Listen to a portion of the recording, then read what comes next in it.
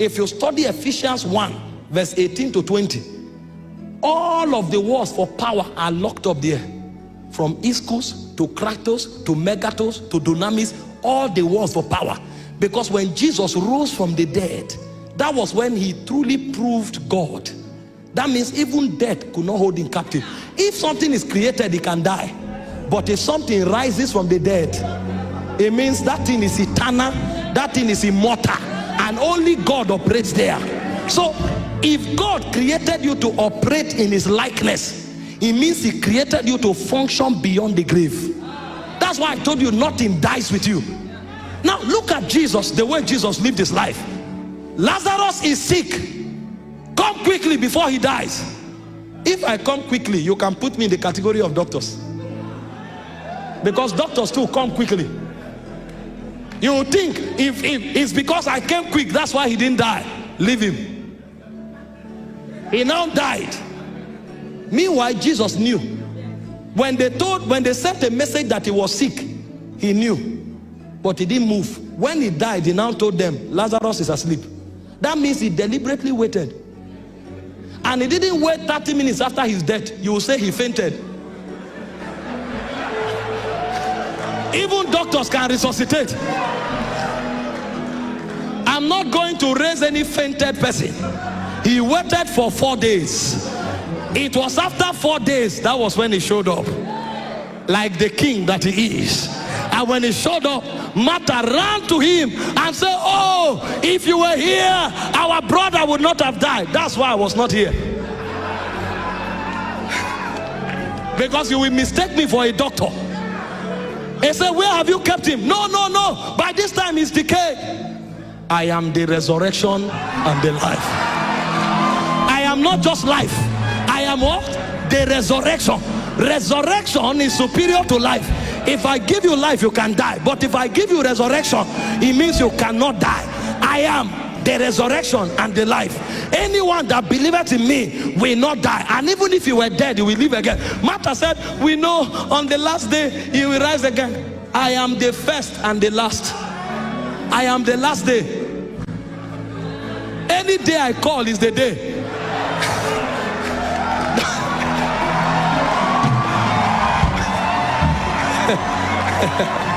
I am the last day.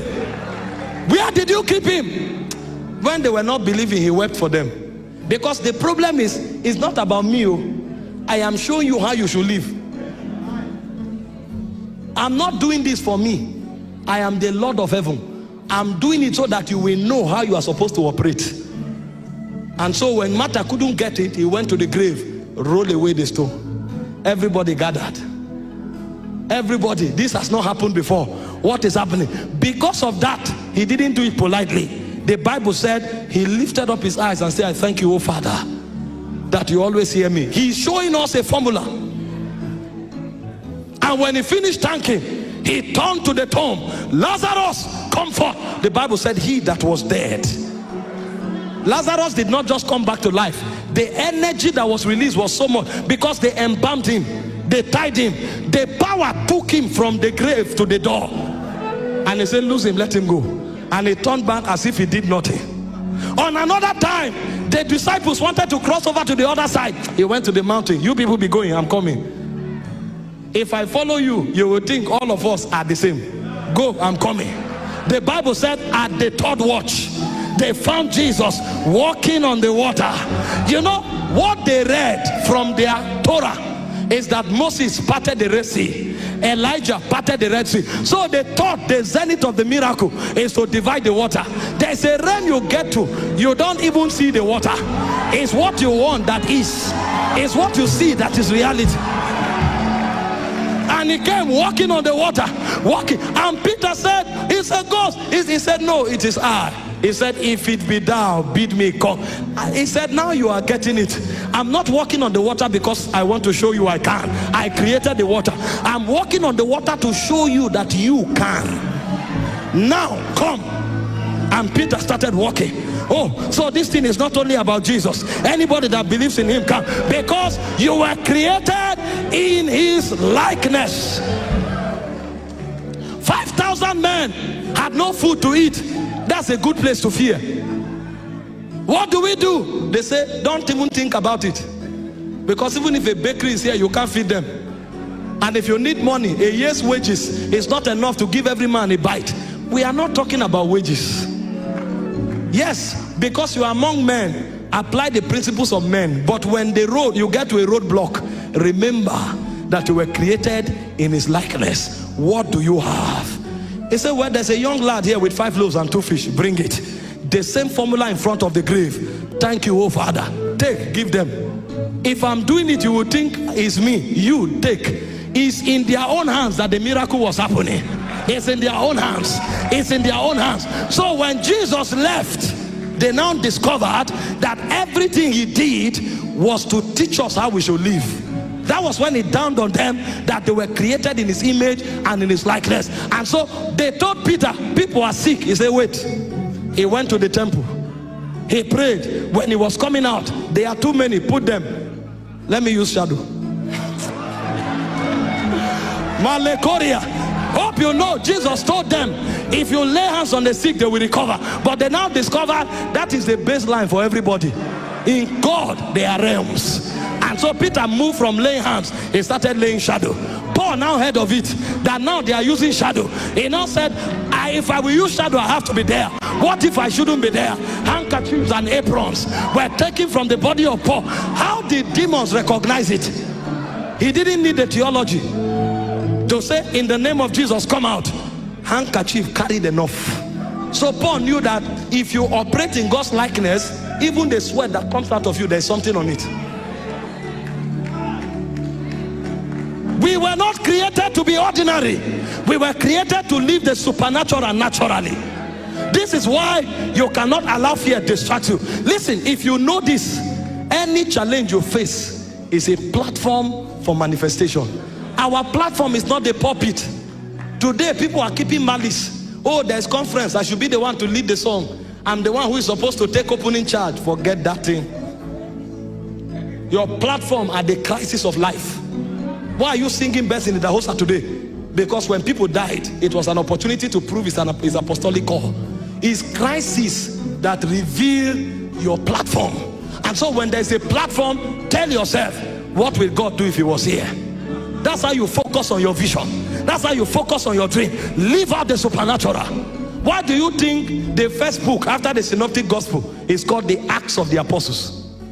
They were demonstrating God, because we were created in his likeness.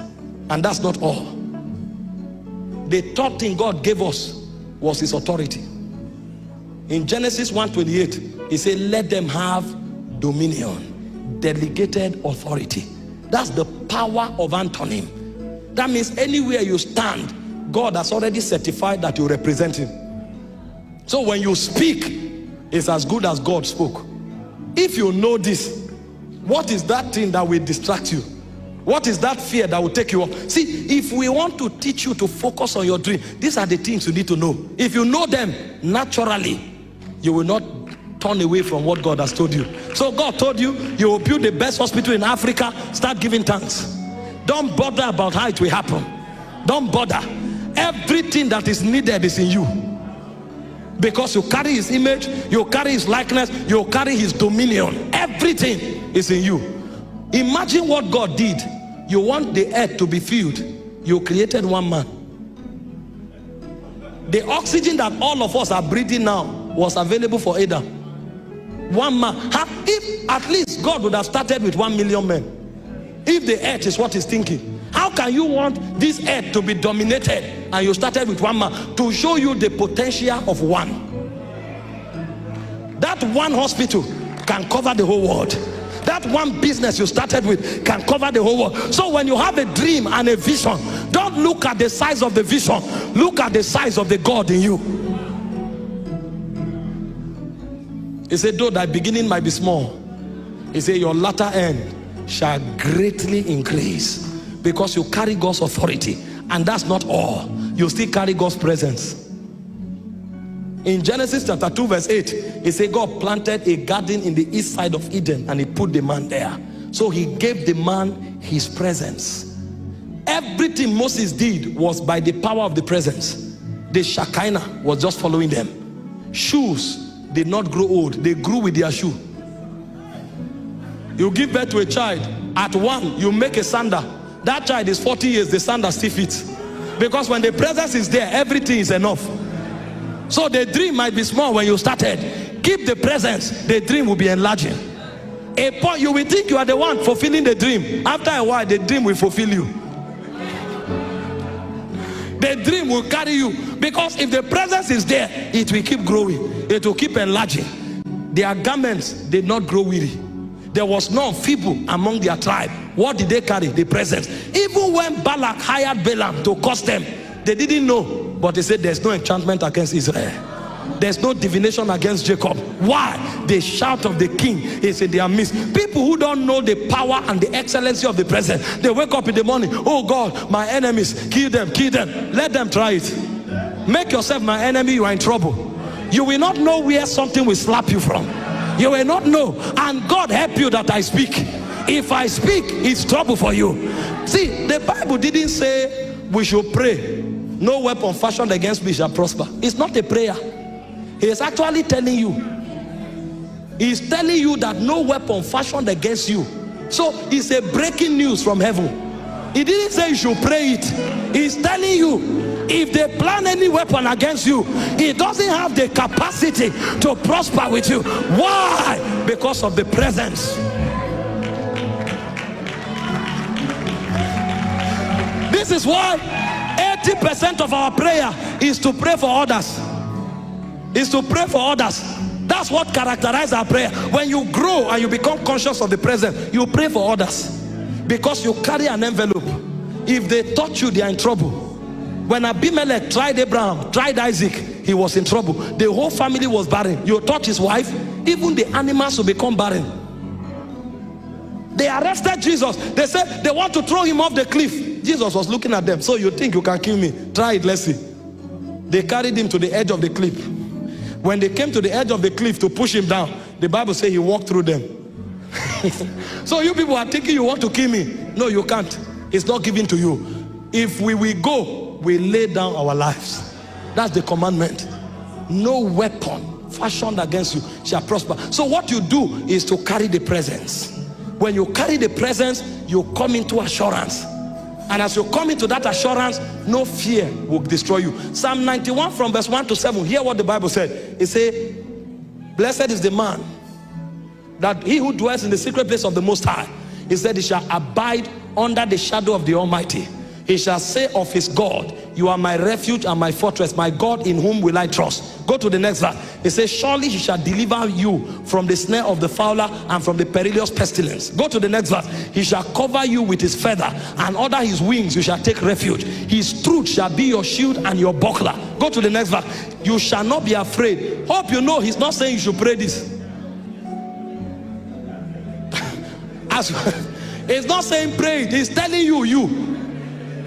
He's telling you, you. So he's announcing to you who you are. You shall not be afraid of the terror by night, nor of the arrow that flies by day, nor of the pestilence that walketh in darkness, nor of the destruction that lays waste at noonday. 1,000 shall fall by your side, 10,000 by your right hand, but it shall not come near you. Only with your eyes shall you look and see the reward of the wicked. Why? Because you have made the Lord, who is my refuge, even the Most High, your dwelling place. So all the things he said from verse 2 to verse 8, he is telling you who you are. He's telling you what cannot happen to you. Not because you are shouting, not because you are praying, because you carry the presence. And so because you know that the presence of God is on your life, when the devil tries, you tell them, be careful. Something may go wrong with you. Be very careful. You are treading on dangerous ground. If you want to die, try to kill me. If you want to be poor, try to make me poor. Anything you try to do to me, the first sign is that it will report in your house, so that you will know that you are on dangerous soil. See, somebody will live here with a consciousness. I carry the presence. Now, if you know this, you will now channel all your energy on your vision. And then they say, somebody is trying to kill you. You say, no, God told me to go to Lagos. Somebody's trying to kill you. God told me to build the biggest hospital. Somebody's trying to kill you. God told me to help orphans. I don't have time for that. That one is taken care of. You now focus on your vision. So the reason you can focus is because you know who you are and what is given to you in God. And finally, what God gave us in Genesis 2:9 is his life. In fact, there are 3 kinds of life we have, and I'll round up here. We are the only creatures that have 3 lives operating in us at the same time. Every angel operates by spirit life. Every animal operates by animal life. But when it came to man, because of the agenda man was designed to fulfill, one life will not be enough for him. So we have the blood life called bios, we have the soulish life called suke, and we have the spirit life called zoe.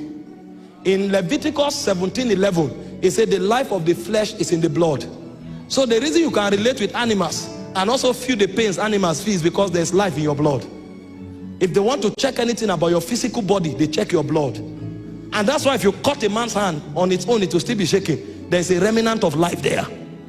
But that's not all there is about you. If that's all you have, then the donkey is your brother. But that's not all you have. In Genesis 2:7, it said when God formed man from the ground, he breathed into his nostril, and the man became a living soul. You can follow us on all our social media handles at Fleming Channel. Also, visit our website at www.flemingchannel.com. Thank you and God bless you.